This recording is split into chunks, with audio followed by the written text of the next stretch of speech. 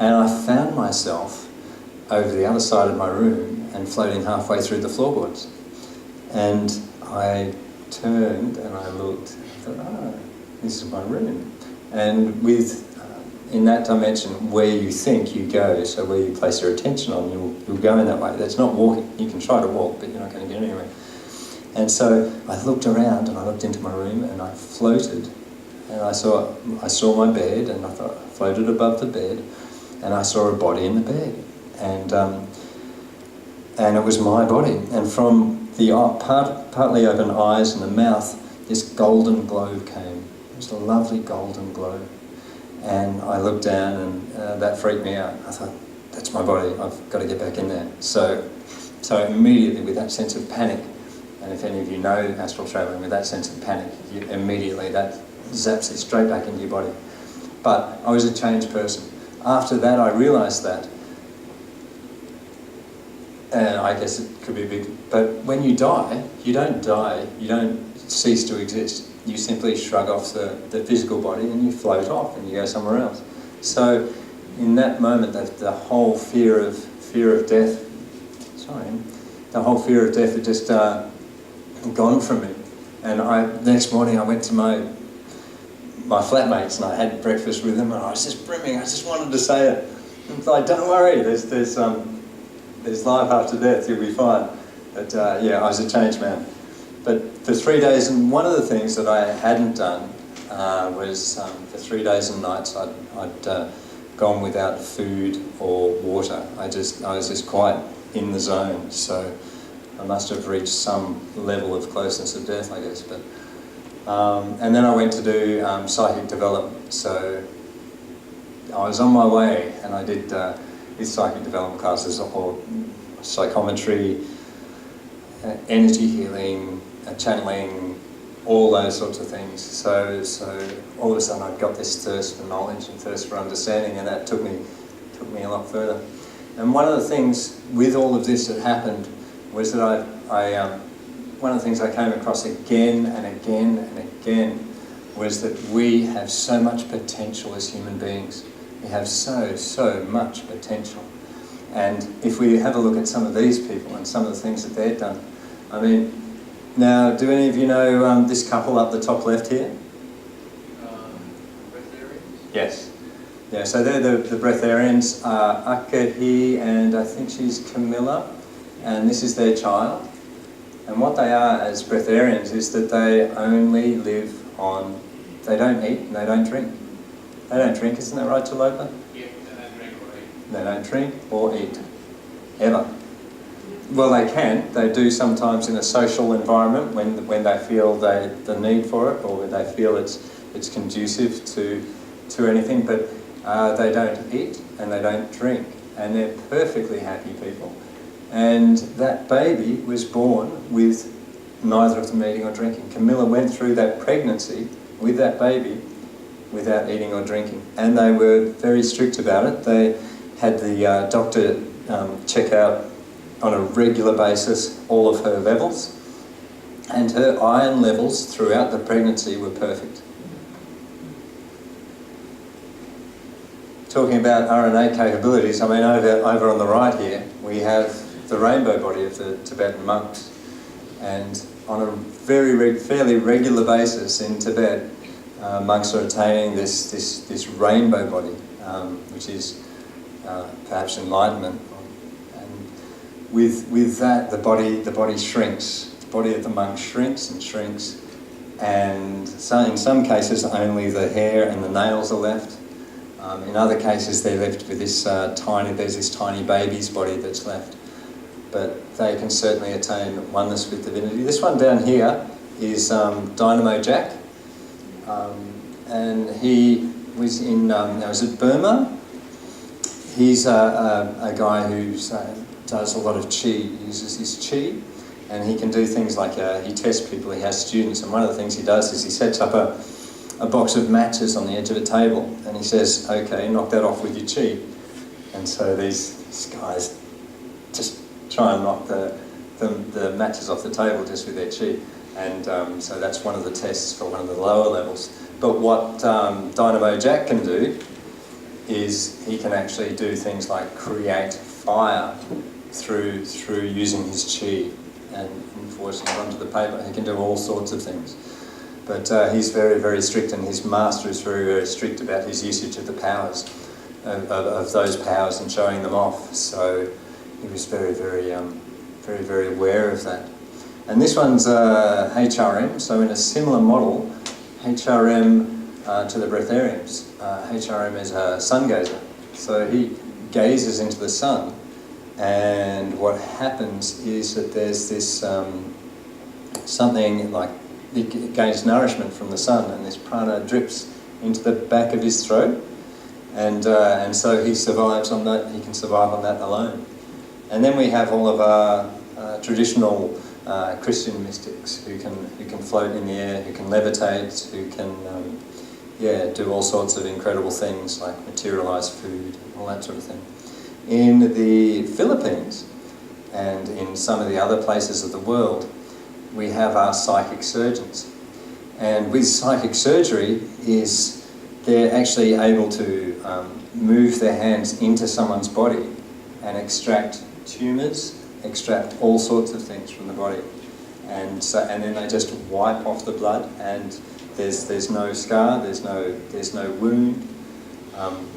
I was going to show a more graphic picture of this, but Michelle wouldn't let me, so.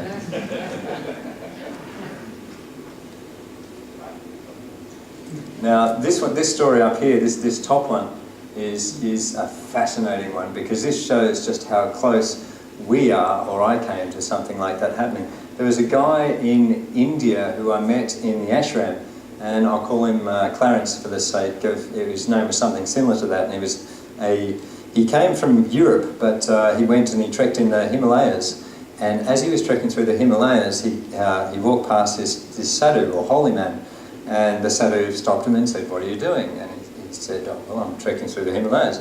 So the sadhu said, "Well, trek with me for a while, walk with me for a while." And the sadhu took Clarence under his wing, and they walked off together, and the sadhu started to train Clarence. And one of the very first exercises he taught him was very similar to the Tai Chi exercises. So feeling the ball, this energy ball, and moving it about. And then it progressed from there. And that sadhu could do some incredible things, and he taught Clarence to do incredible things. Now, a Westerner, a European person. And so he taught him to levitate, he taught him to materialise things. But the sadhu said to Clarence, he said, "One day I'm going to test you. And when that test comes, if you fail that test, then you must return to the West." And so Clarence was wondering what that's going to be. And eventually that test came. And the sadhu turned to Clarence and said, "Bring me the sun." And Clarence immediately went into his mental aspect, into his mind. It's like, the sun's too big, how do I? And in that moment he'd failed the test. And so I met him when he came down to the ashram, and we were staying in the same place. And he was very much about manifesting, but he was losing his powers, and because he wasn't with the sadhu anymore. And that's one of the things that we have with this one and with this one is the thoughts of the people around you.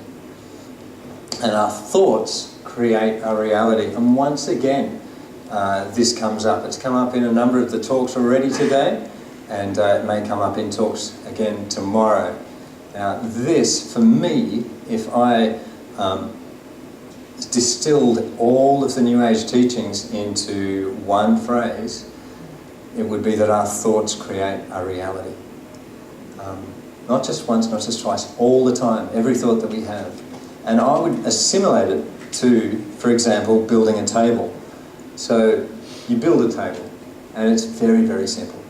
You put your legs on, you put your top on, you hammer it all together, and you hammer a top on, and guess what? You've got a table. In the same way, you're constructing your future reality with your thoughts in every moment. And so, we have a look at Masaru Emoto with his water crystals, and how he placed a sign on each of the bottles of water crystals. Many of you would be familiar with Masaru Emoto and his work. And So if he put things like hatred on it, or if he played, already?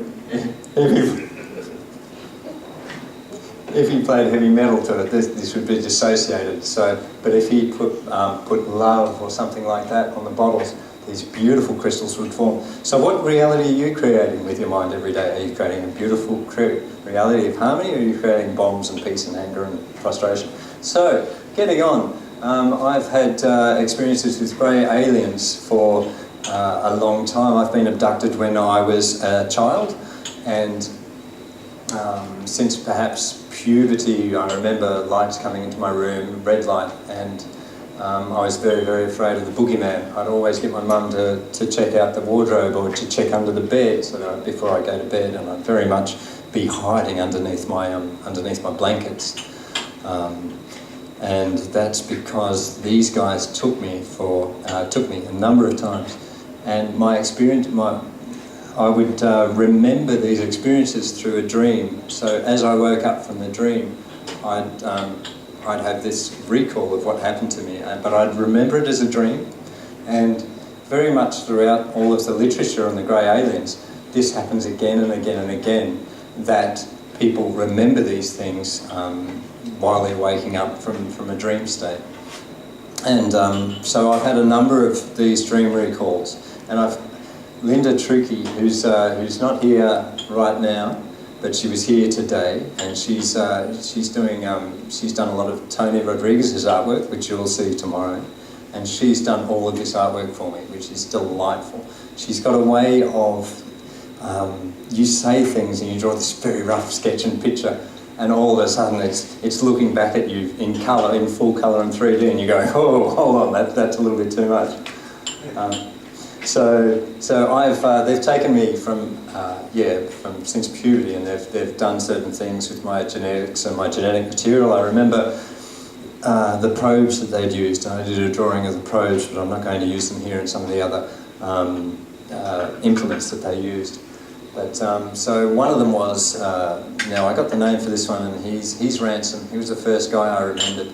Now he's like a little grey alien, and he's only about 3 feet tall. So, and I just remember he was very dapper, and I was leaning over and doing up his scarf, just tightening the scarf, and I had just a tremendous feeling of love for this being. He's just so full. It's like that's my child. That's mine. And that really affected me for my life. It's almost like I didn't have children down here because I'd already had children up in the stars. Another dream recall was this one here, and this one here is another one of my hybrid children. But she doesn't now. These are different too. For example, there's a Bridget Nielsen online, and her hybrid children look lovely. They've got lovely blue eyes, and they've got lovely light flowing hair, and they go and play with them. Well, mine didn't seem so lovely, but I did feel that connection with this being as my daughter, and she had this lovely copper-coloured hair, cut straight across like in a pudding bowl cut. She was wearing a plain grey shift. And all around here were implements, lots and lots of implements, like you see in a dentist chair, so that, you know, like they could reach them over and go zzz. So, and I was on a ship, and there were windows behind that, and you could see out into space, and I was lying down, and I was looking to my right, and they came towards me and telepathically, Bess, and that's the name I got for her, Bess said telepathically, "Hello, Father." And that will stick with me for a long, long time. Now down here is another dream recall. I think I'll only just go through the 3. Now all of this was very much a solid construction, very much galvanised iron, human construction. On the left-hand side were tanks and vats, and each of these vats had like this pinky fluid, and all some bits and pieces inside this pinky fluid, and there was a grey walking along the platform, and it was holding a baby grey, or even a baby hybrid, and it was holding it, and the baby, and I moved into the consciousness of the baby, and it was sucking on, so I experienced life as it for a short time, and it was sucking on the skin of of this one. And one of the things that I read later on with other people's experiences is that the greys don't have an internal digestive system, and that what they do to gain nourishment is that they swim in vats full of like hormones, like with the cattle and the things like that, where they excoriate them and that sort of stuff, and they put them in the vats, and then the greys swim through the vats. So this baby grey was gaining nourishment from this one by sucking on its skin. So a number of points here. Now I made this PowerPoint, and I made it pretty quickly. So some of the things are, that's bigger writing than that one. So please bear with me. One of the things they do, so just some points, with the greys, their minds move very fast, they're very intellectual, and it's like, we think like this, and by the time we get to the next step, they're already buzzing and come to a million solutions. So you're very, almost afraid, because their intellectual capability is far beyond mine. So, and you could just feel their thoughts just buzzing and buzz through. I got a sarcastic sense of humour from them. They had this very sarcastic, and you're looking for this love and compassion from these beings who are doing these things to you. But they were quite sarcastic. I experienced missing time once. So I was walking along in a parkland, and I walked that same route every day, and yet one of these nights I remember walking through the park, and I thought, what if I step on this one, on this park bench, on the seat, and then on the top, and then I could step into a spaceship. That was like a thought that went through my head. But in actual fact, I was mimicking what actually really happened. And I found myself dazed and walking out of the park, and by the time I thought, that traffic, there's no traffic on the road, that's not right. And by the time I got home, I realised that I was missing a whole hour. I knew exactly how long that walk took, and I was missing a whole hour. So you know, when you've missed time, you know that you've missed time. It's not like, oh well, you could have just misread the clock. Now, externalisation, what's that about? So, so I get similarities to other stories, so all of the other stories, and I go, wow, that was just like what happened to me, and oh, that makes sense with what I'd experienced. And so later on, I was able to go into meditation, and I'd reach out to my children, and I'd find out their names, and I'd find out if they're living, still alive, and I'd just connect with them in that way. So I got the picture of the orange because that's very much what their skin is like. Their skin is like this dimpled sort of texture. So that's just a thing. So Lyra, my journey. So one of the things that I've realised is that I've been around in the universe for a long, long time, and I've had multiple different types of bodies in different scenarios, on different planets, in different galaxies. I would like to be able to, I believe that I was a Lyran way back when, and that I was there when the Reptilians invaded Lyra, if you will, through a misunderstanding, and that I was a Lyran female, and that one of the Reptilians abused me, if you will, and I died I was just broken, and I died. And then we just ran from Lyra, and we ran away from this reptilian threat, and for a lot of the time we were just running, finding places to survive, finding little planets and populating them, but always the reptilian threat would come. And so eventually there was, we'd start to fight back, we'd start to build weapons and to defend ourselves, so we'd start to gain some space and understanding of the interaction in that way through war and aggression. And then we started to realise, I realised and others, that we could incarnate back into the reptilian line to learn about them and to understand them from that point. So we'd transcend that duality through integration within ourselves. So this was, so I got as far as incarnating on a home world of the reptilians. It was very dark, and I think it was in Orion. And there were royalty here, but it was a dark place, a dark place for the soul. But I had to go back there and have the courage so that we could assimilate that. and here's that smiley fellow here, and so here I am here, and I'm on planet Earth, and this duality continues to play out. But I believe with my lineage, if you remember from the first few slides, that I have a large percentage of reptilian in me, and if you within this body. So I'm a soul, but at the moment I'm inhabiting a reptilian, mainly reptilian body. Michelle very often sees my eyes, slits change. She says there's about 4 or 5 different types of slits that come in at different times when I'm in different states. And so I'm a reptilian, but I'm learning that too. It's like if you want to hammer a table, then you need to use a hammer. So if we need to transcend the reptilian drama, then we need to understand the reptilians and become reptilians, and understand their motivations and what makes them tick. So one of my incarnations was as a reptilian commander, and I was searching for, so I reached the position of commander, and I had reptilians underneath me, and I'd send them into battle. And I was searching for reptilians who felt compassion, who actually felt that compassion in themselves to reach out and to help a fallen comrade or to help a fallen enemy. And in that moment, I knew that reptilian was ready for a different challenge, for a different spiritual lesson.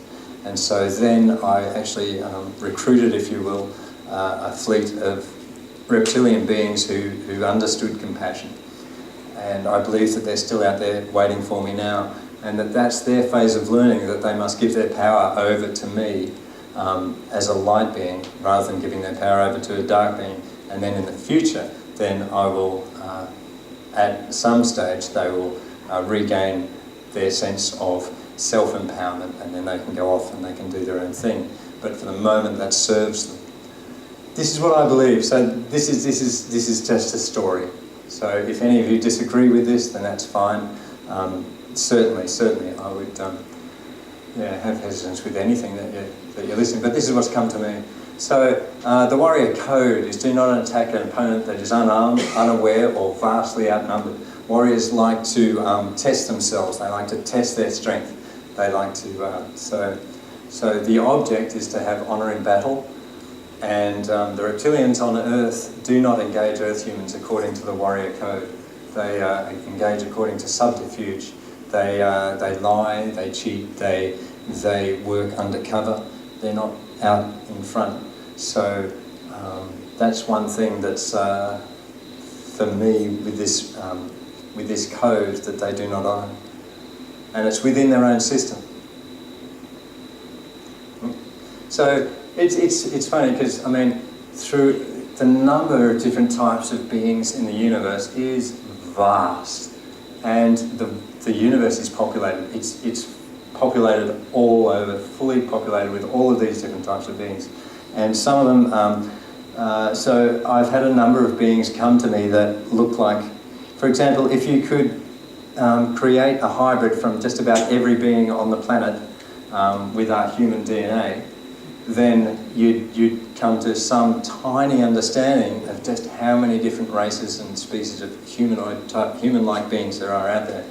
And so I've been visited many times in my life, and I've took down writings from them, and they've given me messages, all these different types of beings. And one of which I'd like to share is that I call them the Gechiko, cheese as chi, so I call them Gechiko, but they're geckos, they're gecko humans. And they're lovely, and they're very, very humble, and they're very, very quiet, and they're very, very timid.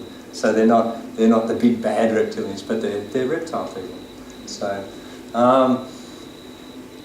now this one is of a to us he seems a very strange being. Once again, artwork by Linda Trucchi, and he was gargantuan. I call him gargantuan, but he was a very huge being.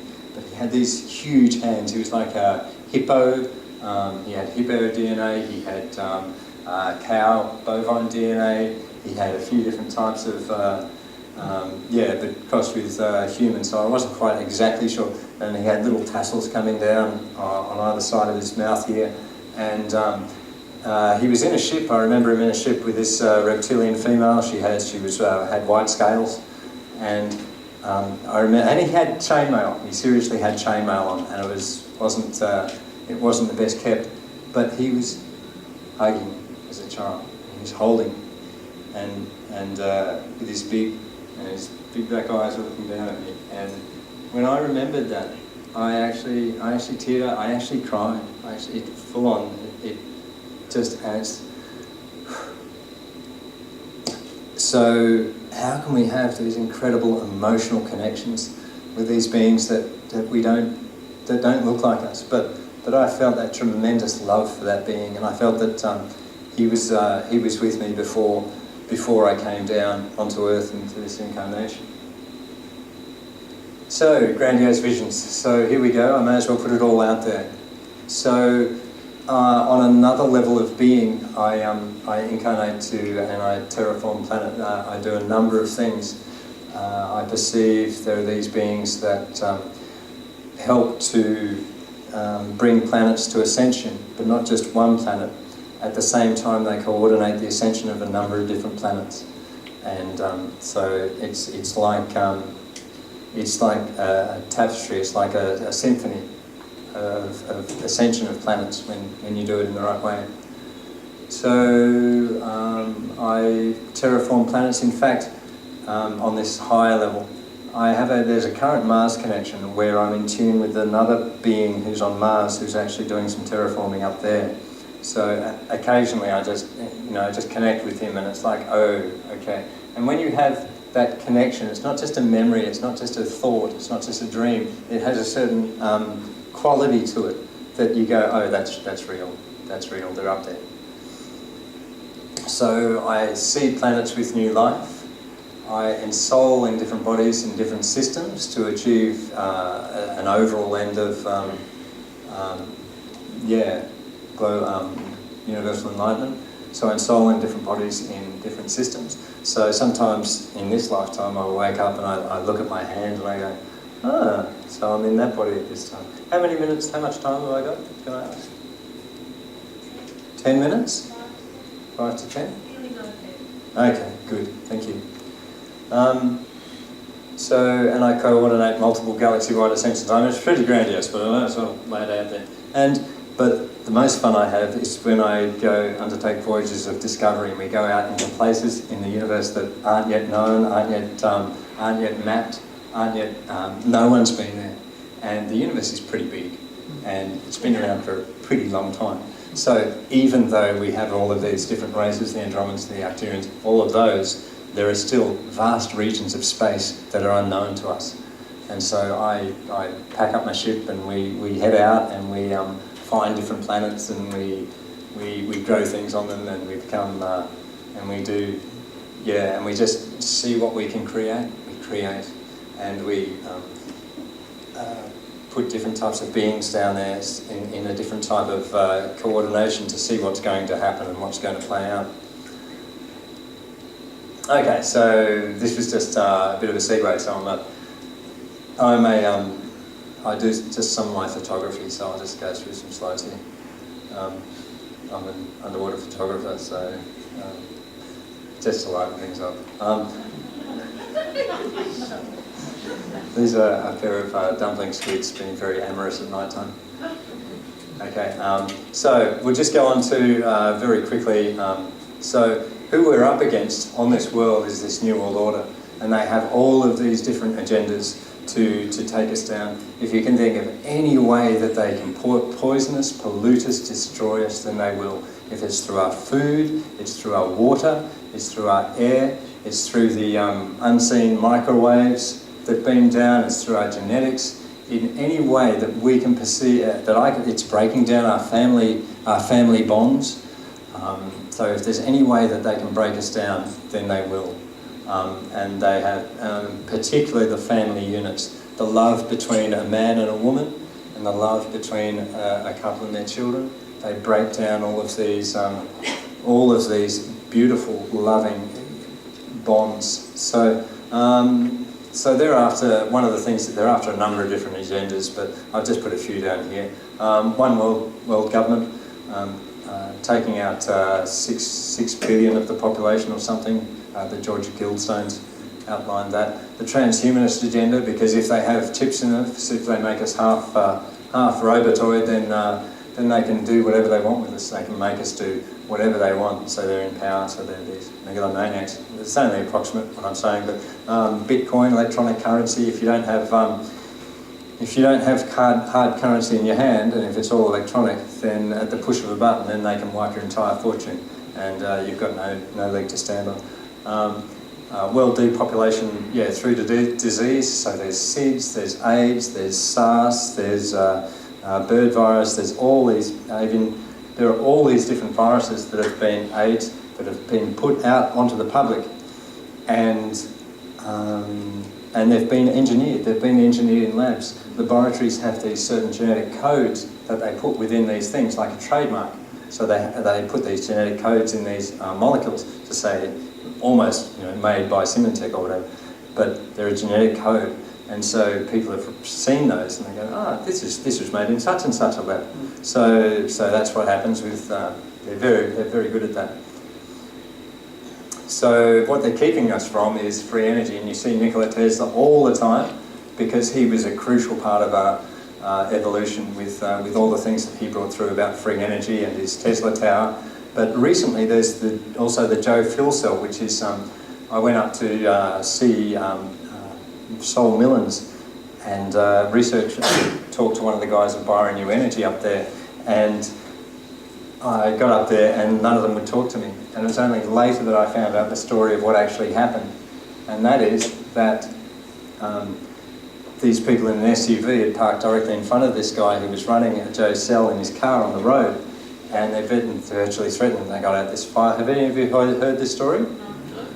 They got out a file that was like inches thick, and there were two guys, this black, dark SUV, so they stopped him from going off, and they approached him and they said, "This is the file we have on you. We know where your children work, we know where they live, we know when they go to and from work.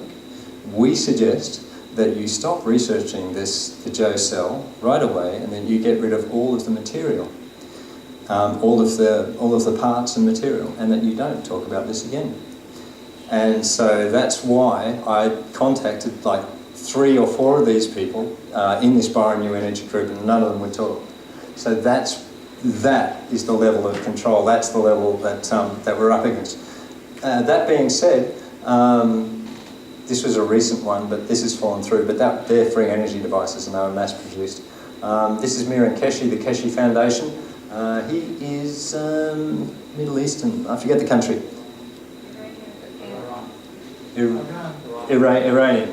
And he's a brilliant man, and he's got a foundation. He's formed a foundation where he's all researching the free energy, and it's all happening over there. It's like just a little bit of support, and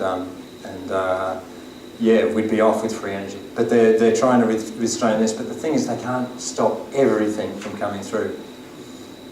So they're stopping alternative healing. They're stopping. This is a good one. This is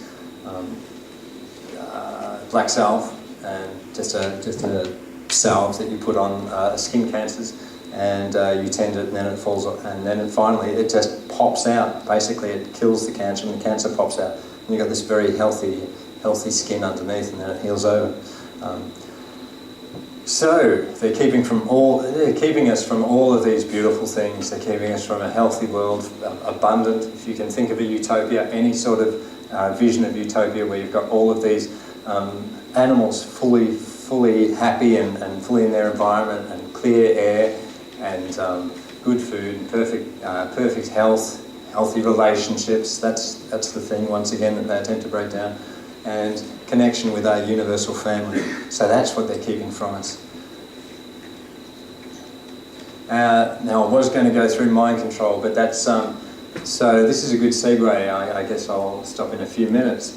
But this is a good segue to what's going to be discussed tomorrow with Tony Rodriguez. Tony has been through trauma-based mind control through ritual abuse. And it's rather horrifying, and it seems like he'll be bringing some of that stuff forward for us to look at. It's difficult to look at, but But how do we clean a room if we don't look at the dirt? So this is what we're up against, and this is the courage that we need to face all of what's been happening out there. So it's trauma-based. Mind control has been going on for thousands of years, particularly practiced by the Illuminati, the bloodline generation, the bloodlines, multi-generation. Their religion, and they do call it a religion, is Gnostic Luciferian, and they do not do nice things to children, and it's heartbreaking. It really is. It's heart-wrenching. And these are the people. I feel that if we heal like one of these people, if we help to heal them and bring them on the road to healing, it's like we're healing, because we're all mind controlled. We're mind controlled by the television, we're mind controlled through the water we drink and through the food we eat and through all of this radiation. We are just, there's just a difference in the amount, but we're all mind controlled to some level. So if we help the healing of people who have been in these systems, then we help all of us. So mind control, one of the, okay, so I'll just zip through and see well, I've got a bit to go. So I'll stop with this one, with this slide, because this will take us into tomorrow. Mind control, that's Fritz Springmeier. Fritz is a very good researcher. He researched all of what happens. That's Arizona Wilder, who was a mind-controlled slave, who was a goddess, and witnessed Reptilian, the royal family. His David Icke stuff. Witnessed the royal family as reptilians tearing apart bodies. They have all of these different systems. They break people into multiple alters or personalities, and each of those personalities they train to be all of these different things. They train them as assassins, sex slaves, recorder spy, so they can go in and they can scan one book and they know it all, and they go out and they remember that. They've got end times programming for when this end times comes and they can be triggered. They've got different systems of mind control. There's the Wizard of Oz mind control, Alice in Wonderland, Fantasia. This is a bit dated, this material, but still this is, yeah, they've got similar systems today. And then they have other types of alters, spin systems, spin alters, gatekeepers and suicide alters, so that if people deprogram these people and they get too close, then they'll trigger that person to commit suicide. The gatekeeper alters are the ones that stop any intrusions from coming in. The spin alters are very interesting because they've created this system of different alters and yet and different personalities. And yet if a deprogrammer attempts to get in, then what they'll do is they'll trigger a spin alter which spins all of the different personalities relative to one another, so that when the deprogrammer goes in again and says, okay, well we've sorted this one out, we've sorted this one out, now we go to this one. In actual fact, the spin alter has changed all of the alters' personalities relative to each other, so they can't, so all of their work is wiped. So I will leave it at that. I've got some stuff on like the moon and Mars and stuff, but Tony has actually been there. Tony has been to the moon base. Tony's been to Mars. So I'll let that go to tomorrow. So thank you very much for your time, and I think we'll end with a bit of drumming and a bit of lightheartedness. So Paulina.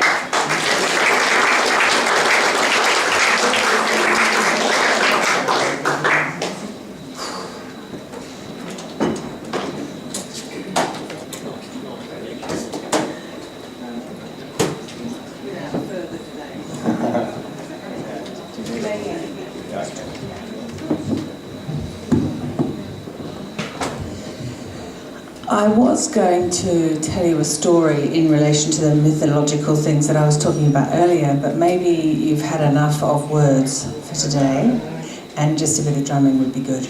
So I'm going to trust that. But before I do that, what I do want to say is that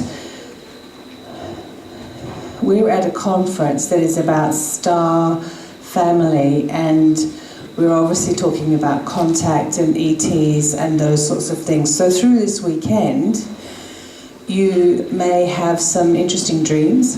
You may have some interesting sensations in your body. You may have some thoughts that come up or memories that come up.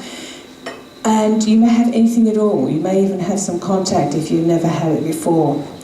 And if you do, every person who's speaking here over this weekend can be of some assistance.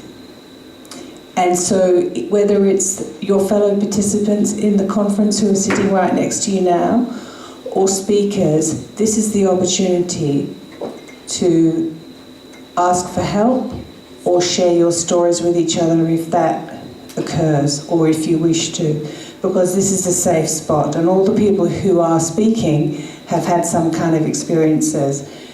And I just thought I'd say that, because that's what we've come together for. And I hope you take that opportunity if that is the case for you. Okay, so all you need to do now, just make yourselves comfortable. If it's sitting on the chair that's comfort level for you, then place your feet on the ground so you can really connect with Mother Earth. If you need to stretch your body and be flat, feel free to do that. I'm just going to drum a little bit. And before I do that, actually, I'm just going to tell you a little bit about the drum, then I will promise I stop speaking. So, a hoop drum is a Native American drum, and it aligns with the four elements of earth, air, fire and water. So in the tradition I trained in, which was predominantly Cherokee tradition, east is air, which is birth. South is water, which is childhood. West is fire, which is teenagehood, transformation. You know, when you're a teenager and you need to individuate, you know, that real thing of it's mine, it's me, I want this, I don't want that. And then north is the elder, the wisdom. It all relates to different animals: air, birds, south, water. Sorry, it's been a long day. Water, fish, whales, all those watery things. Animals, beings, creatures. West, fire, salamanders in Keltu tradition, dragons, serpents. In the north, you've got turtles, and also the earth herself. And in the middle, in Native American tradition, you've got yourself. Put that down. Can you take that, please? Thank you very much. I will drum next to this. Yeah, our position. Fantastic. So in the middle you've got spirit and your inner self as well. Then you've also got as above and as below. And so these were made to replicate the energies in the cosmos and consciousness. And so when we're drumming, we're connecting with all those things. We're connecting with the inner world and the outer worlds. The upper worlds, the lower worlds, everything we're connecting with. So when you're listening to the drum, you could be going anywhere. You could be going just deeply within into a deeper place of silence, or you may experience elemental beings from different elements, the air beings, or the fire beings, or the water beings, or the earth beings. You may experience the angelic realms, whatever. So, feet on the ground if you're sitting in your chair, and just imagine you're sending roots into this gorgeous planet about, and letting the energy of the earth come up through your feet, up into your ankles and knees, and in your own way you're going to bring it up into your heart, because that's where we mix Mother Earth and Father Sky. And then you're just going to bring the energy from Father Sky down into your heart. And I'll let you do that in your own way, because you've had a lot of information. So, you ready? So just, let's all take a deep breath in together. And let it go. Let's do that twice more. And once more. Fantastic. Eyes open or shut, whichever suits you, and away we go.